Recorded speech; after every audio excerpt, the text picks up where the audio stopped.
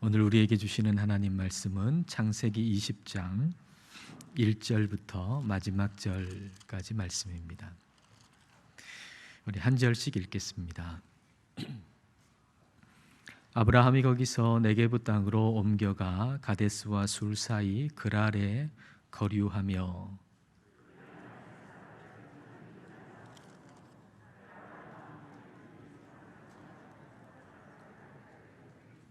그 밤에 하나님이 아비멜렉에게 현몽하시고 그에게 이르시되 내가 데려간 이 여인으로 말미암아 내가 죽으리니 그는 남편이 있는 여자임이라.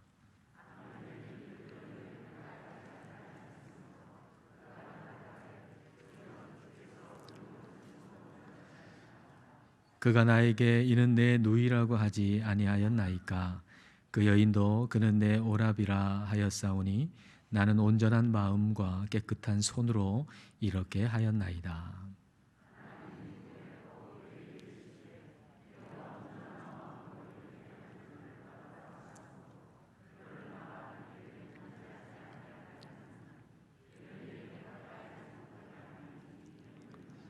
이제 그 사람의 아내를 돌려보내라. 그는 선지자라. 그가 너를 위하여 기도하리니 내가 살려니와 내가 돌려보내지 아니하면 너와 내게 속한 자가 다 반드시 죽을 줄 알지니라.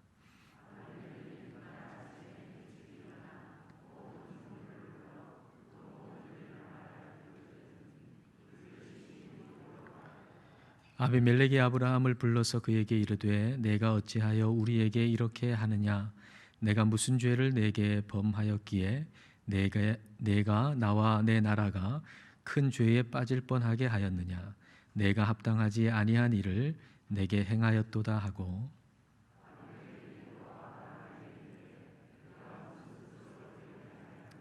아브라함이 이르되 이곳에서는 하나님을 두려워함이 없으니 내 아내로 말미암아 사람들이 나를 죽일까 생각하였으며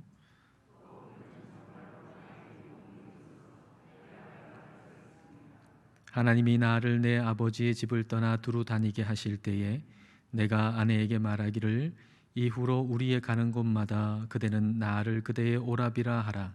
이것이 그대가 내게 베풀 은혜라 하였었노라.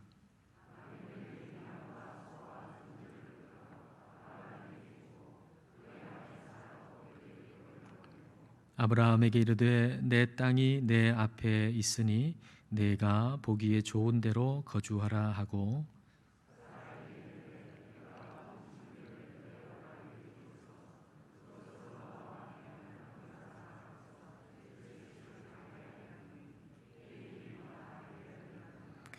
아브라함이 하나님께 기도하매 하나님이 아비멜렉과 그의 아내와 여종을 치료하사 출산하게 하셨으니 여호와께서 이왕에 아브라함의 아내 사라의 일로 아비멜렉의 집의 모든 태를 닫으셨음이더라.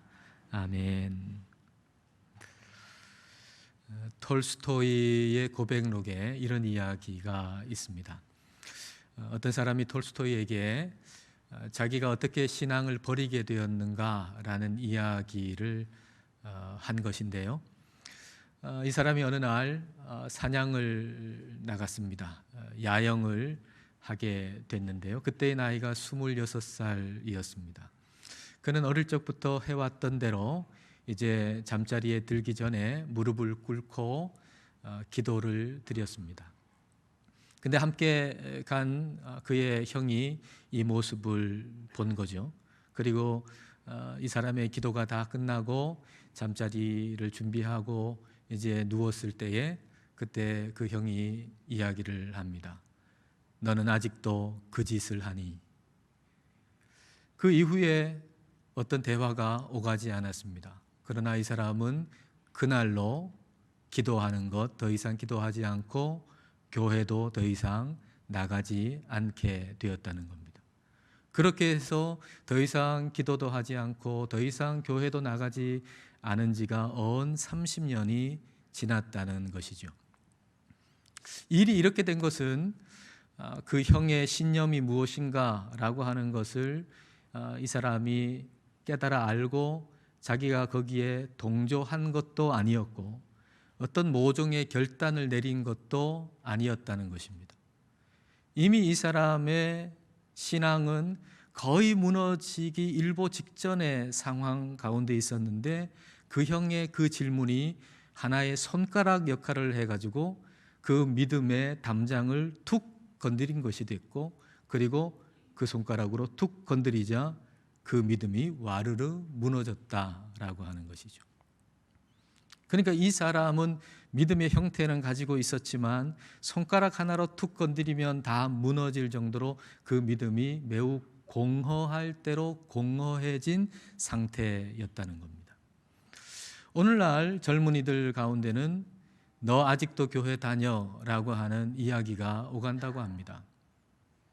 만약에 공허한 믿음이라고 한다면 이 질문에 제대로 답을 할 수가 없을 겁니다. 뭐 젊은이들만 그런 것이 아니죠. 얼마 전에는 어떤 중년의 한 분이 이런 얘기를 하세요. 오래전에 젊을 때 같이 신앙생활했던 사람들이 있었는데 친구들이, 그 친구들 중에 상당 부분은 이미 교회를 떠났고, 그리고 오랜만에 만나가지고 이야기를 나누는데 그 친구가 자기한테 그러더래요. 너 아직도 교회 다녀? 라고 말이죠. 너 아직도 교회 다녀라고 하는 질문을 여러분이 받으신다면 여러분은 어떻게 대답하시겠습니까? 이 질문에 대해서 어떻게 대답할 것인가 라고 하는 걸 생각하시면서 오늘 말씀을 같이 보겠습니다. 1, 2절 말씀입니다.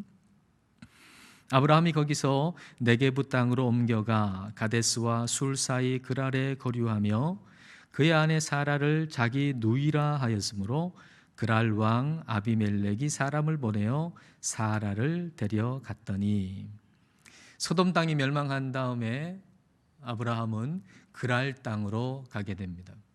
근데 그 그랄 땅에서 아브라함은 자기의 아내 사라를 자기의 여동생이라고 속입니다. 그러자 그랄 왕 아비멜렉은 그 말을 그대로 듣고 사람을 보내서 그 사라를 데려오게 한 거죠. 자, 이것은 어디선가 많이 본 모습이죠. 어디서 봤죠?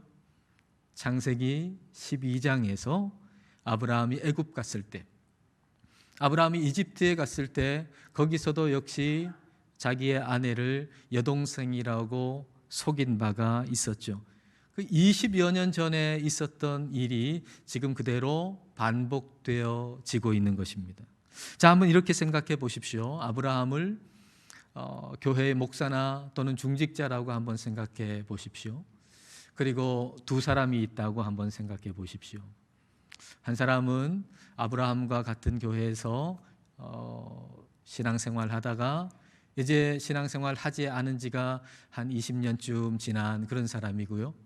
또 한 사람은 아직도 그렇게 그 교회에 출석하고 있는 사람입니다. 근데 이 두 사람이 한 20년 만에 다시 만나게 된 거예요. 그리고 함께 차를 마시면서 이런저런 얘기를 하다가 하는 그런 장면을 여러분 한번 생각해 보세요. 자, 그러다가 이 한 사람이 다른 사람한테 이렇게 얘기하는 거예요. 야, 그때 기억나? 23년 전인가 24년 전인가? 나 그때까지만 해도 열심히 신앙생활 나름대로 했잖아. 근데 그때 말이야, 23년 전인지 24년 전인지 그때 아브라함이 글쎄 그 이집트에 뭐 여행을 갔다가 거기서 자기 아내를 자기 여동생이라고 속인 그런 일이 있었잖아. 교회 망신 다 시켰지 아브라함이. 그때 나 아브라함한테 엄청 상처받았어. 아브라함 꽤 괜찮은 사람인 줄 알았더니만 그런 짓을 하니 나 너무 상처받아가지고 그때부터 교회 끊었잖아. 그때부터 교회 안 나가. 근데 이번에도 그랬다며. 그랄인가 하는 곳에 아브라함이 가가지고 거기서 또 자기 아내를 여동생이라고 얘기하고 속였다면서 신문에 대문짝하게 났던데. 야, 근데 너 그런 사실을 알고도 아직도 교회 다녀? 그런 모습을 한번 여러분 생각해 보세요. 우리는 어떤 이의 흠을 하나 발견하면 그 흠을 파고드는 경향이 있습니다. 우리는 말이죠. 저와 여러분은 어떤 사람의 흠을 하나 발견하면 그 흠을 파고 들어가는 경향이 있습니다. 그리고 버려서는 안 될 것까지 버리는 것이죠. 아기를 목욕통에 넣고 목욕을 시켰는데 목욕물이 더러워졌는데 목욕물을 버리면서 같이 아기까지 버리는 겁니다. 그러면 되겠습니까?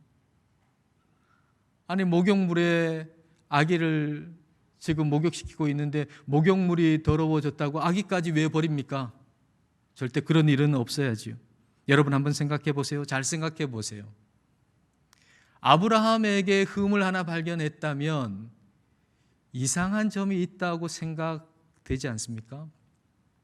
아브라함에게 오늘 본문에서 우리는 흠을 발견했는데 그렇다면 좀 이상한 점이 있지 않나요? 이상한 질문, 이상한 점에 대한 질문을 우리가 던져야 할 것입니다. 그것은 아브라함이 자신의 목숨을 살리고자 자기의 아내를 자기의 여동생이라고 얘기할 정도로 겁이 많은 사람이라면 어떻게 해서 자기의 고향과 친척을 떠날 그 용기는 어떻게 생겼는가라고 우리는 질문해야 될 겁니다. 아브라함이 자기만 생각해서 그 아내를 위험한 곳에 보낼 정도로 정말 비겁한 남자라면, 비겁한 남편이라면, 아니 남편이 돼가지고 어떻게 그래요? 그런 사람이라면 어떻게 조카 롯에게 땅을 먼저 선택하라고, 네가 보기에 좋은, 네가 좋은 거 먼저 선택하라고 그렇게 베풀 수 있는 아량은 도대체 어디서 생긴 것이며 롯을 위해서 기도하는 그 믿음은 어디서 생긴 것인가 라는 질문을 우리는 던져야 할 겁니다. 이걸 우리가 가만히 생각해 보면 결론에 도달하게 되는데요. 그 결론은 이거죠. 저 인간이 저렇게 훌륭한 일을 할 수 있었던 것은 하나님이 그렇게 하게 하신 것이다. 저 사람이 순종한 것도, 아량을 베푼 것도, 그리고 겸손했던 그 순간도 다 하나님이 그렇게 하게 하셔서 할 수 있었던 것이다 라는 결론에 도달하게 되는 거예요. 이렇게 우리는 시선을 아브라함이 아닌 하나님께 돌려야 합니다. 우리가 공동체 안에서 누군가의 흠을 발견하게 될 때 우리는 그 약점을 파고 들어갈 것이 아니라 그 약점 투성이인 그 사람을 대하시는 하나님이 어떤 분이신가라고 하는 걸 생각하면서 하나님께 시선을 돌려야 한다는 것입니다. 자, 그렇게 우리가 하나님께 시선을 돌리면서 3절과 4절을 보겠습니다. 그 밤에 하나님이 아비멜렉에게 현몽하시고 그에게 이르시되 내가 데려간 이 여인으로 말미암아 내가 죽으리니 그는 남편이 있는 여자임이라. 아비멜렉이 그 여인을 가까이 하지 아니하였으므로 그가 대답하되 주여 주께서 의로운 백성도 멸하시나이까. 아비멜렉의 꿈에 하나님이 나타나셨습니다. 아비멜렉은 잘못한 거 없습니다. 잘못한 사람은 아브라함이죠. 거짓말한 아브라함이 잘못했습니다. 그런데 하나님께서 아비멜렉에게 네가 데려온 그 여자로 말미암아서 너 죽을 거야 라고 말씀을 하시는 겁니다. 공정하지 않아 보이죠. 아비멜렉은 정직했습니다. 아브라함은 거짓말을 했습니다. 근데 어떻게 하나님은 아브라함과 사라 편을 드시는 겁니까? 하나님께서 딱 중간에 서셔가지고 너 이거 잘못했어, 너 참 잘했어, 뭐 이렇게 해주셔야 공정할 것 같은데 하나님은 완전히 아브라함과 사라 편을 드십니다. 중립적이지 않습니다. 완전히 편파적입니다. 근데 뭐 잘못됐습니까? 여러분 어떻게 생각하세요? 중립적이지 않아요. 완전히 편파적이에요. 그러면 잘못된 겁니까? 여러분 한번 이렇게 생각해 보십시오. 여러분에게 자녀가 있는데 그 자녀하고 이웃집의 아이하고 싸웠어요. 알고 보니까 우리 아이가 잘못했어요. 완전히 잘못했어요. 그 아이가 잘한 거예요. 그러면 여러분은 그 잘한 이웃집 아이를 사랑하시고 여러분의 자녀를 미워하시겠습니까? 그럴 부모는 아무도 없죠. 이웃집 아이가 잘했다고 이웃집 아이를 더 사랑하고 자기 자녀를 미워하는 부모는 이 세상에 아무도 없습니다. 모든 부모는 그 자녀를 어떤 순간에도 가장 사랑합니다. 어떤 순간에도 자기의 자녀를 가장 가치 있게 여깁니다. 자녀를 향한 사랑과 자녀가 가치 있다고 여기는 그 가치는 자녀의 도덕성으로 결정되는 것이 아니라 관계에서 결정되는 것이기 때문입니다. 여러분, 때로는 교회가 수준 이하로 보일 때가 있죠. 그렇죠, 정말. 교회를 볼 때 정말 수준 이하로 보일 때가 간혹 있잖아요. 아니, 좀 그런 경우가 많을 때도 있죠. 교회를 보면 어떻게 그렇게 수준이 낮은가 라고 생각 들 때가 있습니다. 그렇다고 가치 없게 여기지 마십시오. 때로 여러분의 눈에 교회가 수준 낮게 여겨진다고 할지라도 교회를 가치 없게 여기지 마시라는 얘기입니다. 그 가치는 도덕성에 의해서 결정되는 것이 아니라 하나님과의 관계에 의해서 결정되는 것이기 때문입니다. 우리의 존귀함과 가치, 그것은 우리의 탁월한 도덕성에서 결정되는 것이 아니라 하나님이 우리 아버지시기 때문에 우리가 존귀한 존재가 되는 것입니다. 여러분, 물론 그렇다고 해가지고 우리가 아무렇게나 행동해도 괜찮고 세상 사람들보다 도덕성이 더 낮아도 괜찮다는 말은 결코 아닙니다. 그런 말로 오해하시면 안 됩니다. 우리는 우리를 사랑하시는 하나님의 그 사랑과 은혜를 깊이 깨닫고 경험하게 되면 우리는 거룩한 삶을 살아가게 됩니다. 우리가 주님의 사랑과 은혜에 몰두하게 되고 그리고 그 사랑에 감사하게 되면 우리는 거룩한 삶을 살아갈 수가 있습니다. 그러나 어느 순간에건 한 가지 분명하게 기억해야 할 사실이 있는데 그것은 우리가 도덕적으로 탁월하고 거룩한 삶을 살아서 사랑받는 것이 아니라 하나님은 하나님이 낳으신 우리를 하나님이 우리를 낳으셨기 때문에 그래서 우리를 어떤 상황에서건 사랑하신다는 사실입니다. 우리가 예배 마지막에 부르는 그 찬양의 가사가 그렇잖아요. 우리가 몇 주 동안 찬양했고 또 오늘도 찬양하게 될 그 찬양의 가사를 한번 보실까요? 나의 사랑, 너는 어여쁘고 참 귀하다. 어느 보석보다 귀하다. 내가 사랑스럽지 않을 때 너를 온전히 사랑하고 너와 함께 하려 내가 왔노라. 이 찬양 처음 들을 때에 이 찬양 이 부분 이 가사가 굉장히 마음에 다가왔고 그리고 굉장히 감동적이었어요. 내가 사랑스럽지 않을 때 그때 우리 주님께서 나를 온전히 사랑하셔서 나와 함께 하시려고 나에게 오셨다는 거예요. 여러분, 우리 자신도 우리 자신이 사랑스럽지 않을 때가 있잖아요. 뭐 다른 사람이 볼 때는 뭐 말할 필요도 없고 나 자신이 볼 때, 내가 나 자신을 볼 때 내가 사랑스럽지 않을 때가 있잖아요. 그런데 그런 순간에도 우리 주님이 나를 사랑하신다는 거예요. 로마서 5장 8절 말씀, 자, 다 같이 한번 읽어보겠습니다. 우리가 아직 죄인 되었을 때에 그리스도께서 우리를 위하여 죽으심으로 하나님께서 우리에 대한 자기의 사랑을 확증하셨느니라.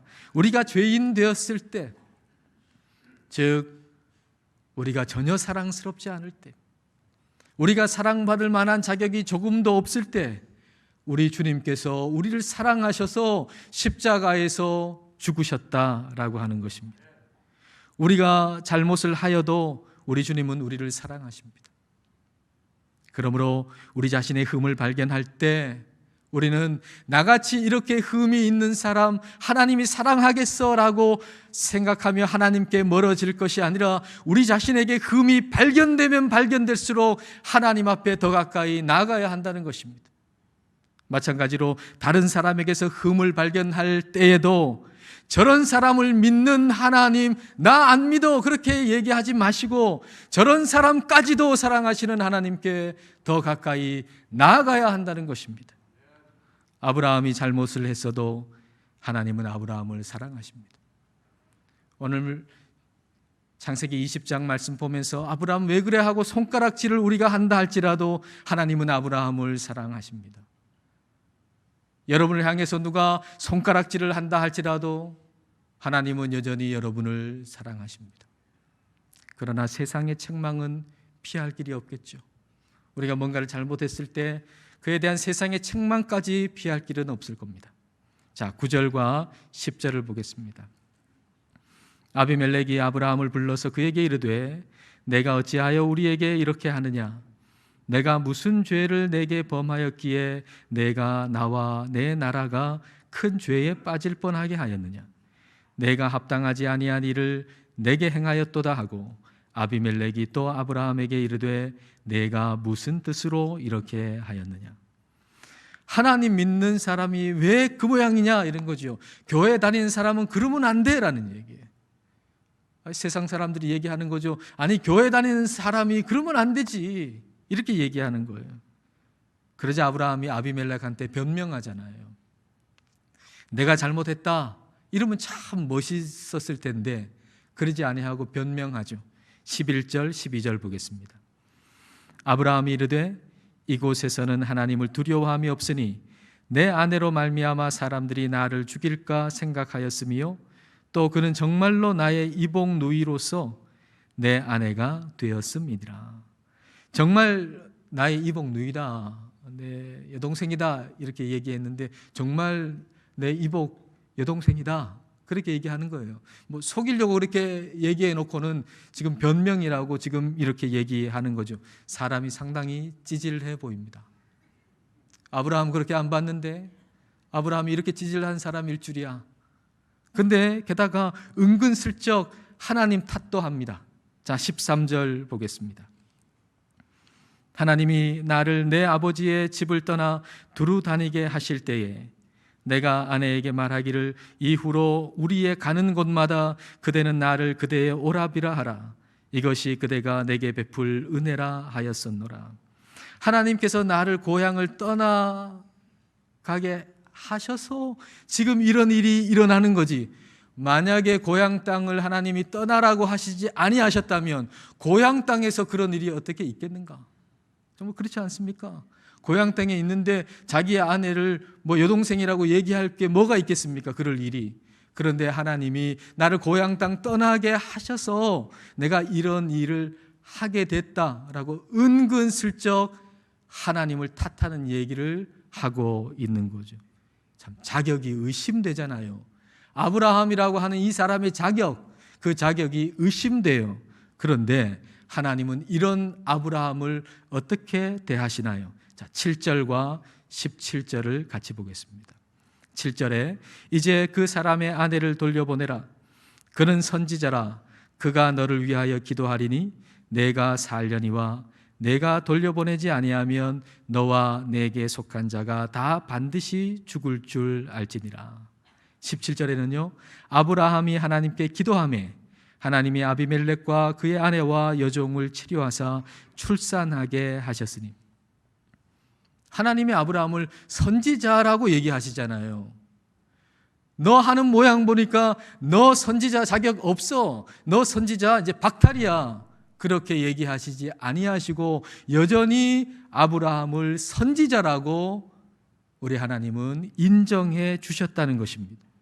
하나님은 아브라함을 여전히 존귀히 여기시고 아브라함의 기도를 통해서 회복하시고 일하시고 역사하셨다는 얘기입니다. 하나님은 아브라함이 잘하면 높이고 잘못하면 낮추는 분이 아닙니다. 하나님은 아브라함의 잘잘못에 관계없이 아브라함을 존귀히 여기시고 아브라함을 사랑하시는 분이 우리 하나님이십니다. 하나님은 우리를 사랑하십니다. 우리가 뭘 잘해서 사랑하시는 것이 아니라 우리 하나님이 우리를 낳으신 우리의 아버지시기 때문에 우리 하나님은 아직도 우리를 사랑하시고 여전히 우리를 사랑하시고 영원토록 우리를 사랑하시는 것입니다. 마귀가 여러분을 가리키면서 하나님께, 하나님, 저 인간 아직도 사랑하십니까? 하나님, 저 인간 하는 꼴을 보십시오. 저 인간 말하는 꼴을 좀 보십시오. 저 인간 사는 꼴을 보십시오. 하나님, 아직도 저 사람 사랑하십니까? 그럴 때 하나님은, 그래, 내가 아직도 그를 사랑한다. 여전히 그를 사랑한다. 영원히 그를 사랑한다. 라고 말씀하시는 것입니다. 너 아직도 교회 다녀? 라는 질문을 받는다면 우리는 시선을 교회의 그 어떤 사람의 허물이 아닌 하나님께 두고서 이렇게 답할 수 있습니다. 그래, 하나님이 아직도 나를 사랑하셔. 하나님이 아직도 교회를 사랑하셔. 하나님이 영원히 우리를 사랑하셔. 우리가 주님의 이 사랑을 모르고서 형식적인 예배, 형식적인 기도를 드리면서 교회의 부정적인 모습만 자꾸 눈에 들어온다면, 너 아직도 교회 다녀? 라는 질문이 손가락이 되어서 툭 건들 때 우리의 신앙의 담장은 와르르 무너지고 말 것입니다. 그러나 하나님이 나를 얼마나 사랑하시는지, 하나님이 비록 허물 많은 교회지만 그 허물 많은 교회를 얼마나 사랑하시는지 우리가 그것을 깊이 알고 경험하고 있다면 천만인이 애워싸 밀지라도 흔들리지 아니하는 믿음의 사람이 될 것입니다. 이와 같은 믿음으로, 흔들리지 않는 굳건한 믿음으로 우리 주님만 바라보시는 우리 모두가 되시기를 주님의 이름으로 축복합니다. 기도하시겠습니다. 이 시간 우리 기도하실 때 아브라함의 연약함을 생각해 보십시다. 그리고 그 연약함과 허물에 시선을 고정하지 말고 그런 연약한 아브라함을 사랑하시는 하나님께 시선을 돌려보십시다.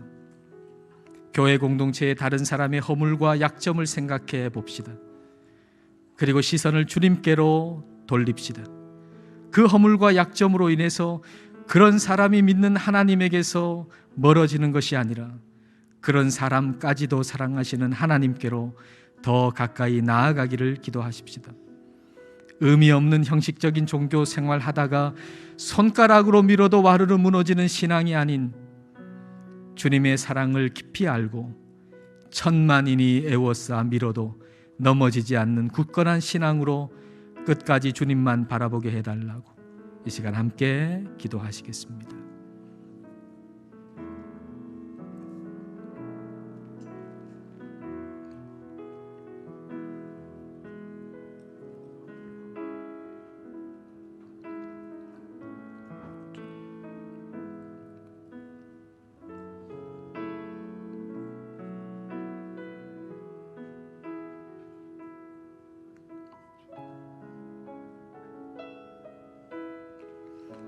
온 우주를 창조하신 창조주 하나님 아버지, 아들까지 아끼지 아니하시고 우리에게 보내주신 은혜와 사랑을 감사드립니다.